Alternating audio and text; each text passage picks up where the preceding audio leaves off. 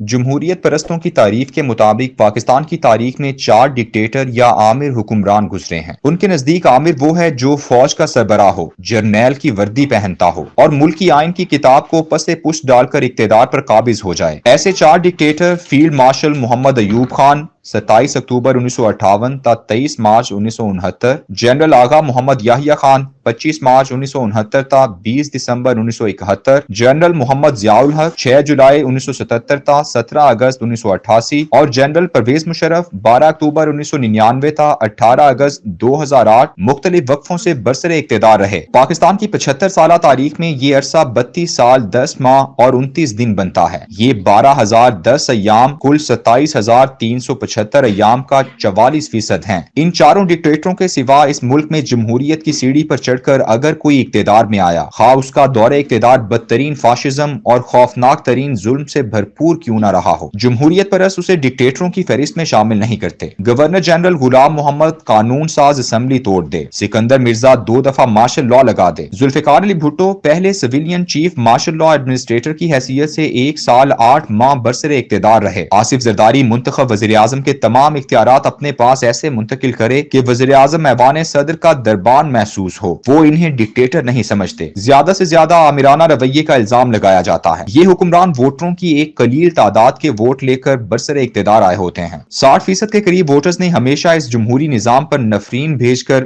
Polling station ہی نہیں جاتے رہے، لیکن ان قلیل جمہوری ووٹوں کا سائبان اس قدر تگڑا ہے کہ آپ بھٹو کی طرح اپنے دور میں 35 سے زیادہ مخالفین کو دنیا سے کوچ کروا دیں، آپ پر ایم کیو ایم کی طرح بھتہ خوری اور بلدیہ ٹاؤن کی فیکٹری جیسے قتل عام کا الزام کیوں نہ لگے، آپ پر فرقہ واریت کے مقدمے درج ہوں، آپ نسلی منافرت پھیلانے اور مسلسل سیکیورٹی فورسز کے ساتھ لڑنے میں مصروف رہے ہوں، لیکن اگر آپ کے حلقے کا ووٹر آپ کو ووٹ دیتا ہے تو پھر آپ قابل احترام ہیں، صاحب عزت ہیں، آپ کو عوامی مینڈیٹ حاصل ہے۔ یہی وجہ ہے کہ ذوالفقار علی بھٹو کو اپنی تمام تر آمرانہ اوصاف کے باوجود یہ لوگ آسانی سے تمام گناہوں سے مبرہ قرار دیتے ہیں، جبکہ ضیاء الحق کو اپنی تمام تر شرافت و نجابت کے باوجود آسانی سے گالی دی جاتی ہے۔ ضیاء الحق کو گالی اس لیے بھی دی جاتی ہے کیونکہ وہ ہر سیکولر، لبرل اور اسلام دشمن شخص کے گلے کی پھانس ہے۔ عزت و توقیر کے حساب سے میرے اللہ کے اپنے قوانین اور معیارات ہیں، جن کی وہ ایک جھلک اس دنیا میں بھی کبھی کبھی دکھاتا ہے۔ چاروں فوجی عامر بڑی دھوم دھام اور عوامی استقبال کے جلووں میں برسر اقتدار آئے، ہر ایک کے آنے پر ملک بھر میں مٹھائیاں بانٹی گئیں، لیکن ان میں سے عزت کے ساتھ رخصت ہونا صرف اور صرف ضیاء الحق کو نصیب ہوا۔ اس کا جنازہ پاکستان کے چند بڑے جنازوں میں سے ایک تھا، جس میں ان افغانوں کی ایک کثیر تعداد بھی اپنے اس محسن کو رخصت کرنے آئی تھی جس نے انہیں سوویت یونین کی ایسی بدترین غلامی سے آزادی کی راہ دکھائی تھی، جیسی غلامی ان کے پڑوسی تاجکستان، ازبکستان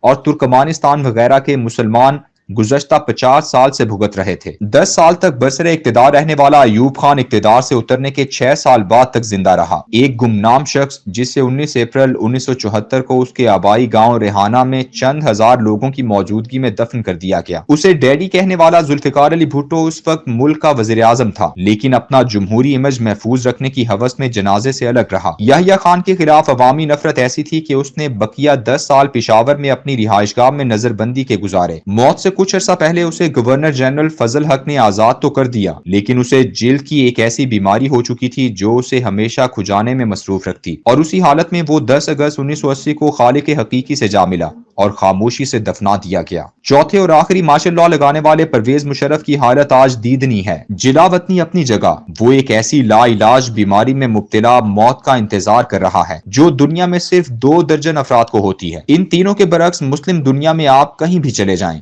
آپ کو کہیں نہ کہیں ضیاء الحق کا چاہنے والا ضرور مل جائے گا، لیکن باقی تینوں فوجی ڈکٹیٹروں کو شاید ہی کوئی جانتا ہو۔ پاکستان میں جب تک سیکولر، لبرل اور قادیانی گروہوں کی نفرت زندہ ہے، ضیاء الحق پر کیا جانے والا تان و تشنا اسے ہمیشہ زندہ و جاوید بنائے رکھے گا۔ جو لوگ میری طرح 7 مارچ 1977 کو منعقد ہونے والے الیکشنوں میں دھاندلی کے بعد چلنے والی حیران کن تحریک کے لمحہ لمحہ گواہ ہیں، انہیں معلوم ہے کہ 4 ماہ تک چلنے والی اس تحریک کے آخری 2 ہفتوں میں ضیاء الحق، جو ایک بالکل گمنام آرمی چیف تھا، لوگوں کی امیدوں کا مرکز بن چکا تھا، یہاں تک کہ 9 جماعتوں والے پاکستان قومی اتحاد کے لیڈر اصغر خان کا فوج کے نام خط زبان زد عام تھا۔ پاکستان کی یہ واحد تحریک تھی جس میں تمام قیادت جیل میں تھی اور لوگ از خود روزانہ شہروں، قصبوں اور دیہاتوں میں جلوس نکالتے تھے۔ انتظامیہ ان مسلسل جلوسوں کے سامنے بے بس ہو چکی تھی۔ عوامی رد عمل کا خوف اس قدر تھا کہ اعتزاز احسن جیسے روشن دماغ پارٹی چھوڑ گئے تھے اور مصطفیٰ کھر اور حنیف رامے کے ساتھیوں پر جو بھٹو دور میں گزری تھی وہ خاموش تماشائی بنے ہوئے تھے۔ حبیب جالب سمیت تمام قوم پرست رہنما غداری کے مقدمے میں حیدرآباد جیل میں قید تھے۔ تحریک پہلے ماہ صرف کراچی اور حیدرآباد تک محدود رہی، یہاں تک کہ وہاں کے لوگوں نے ٹرین کے ذریعے پنجاب والوں کو چوڑیوں کے تحفے بھیجنا شروع کر دیے۔ پنجاب کی خاموشی کا غلط مطلب لیتے ہوئے بھٹو نے جی کڑا کر کے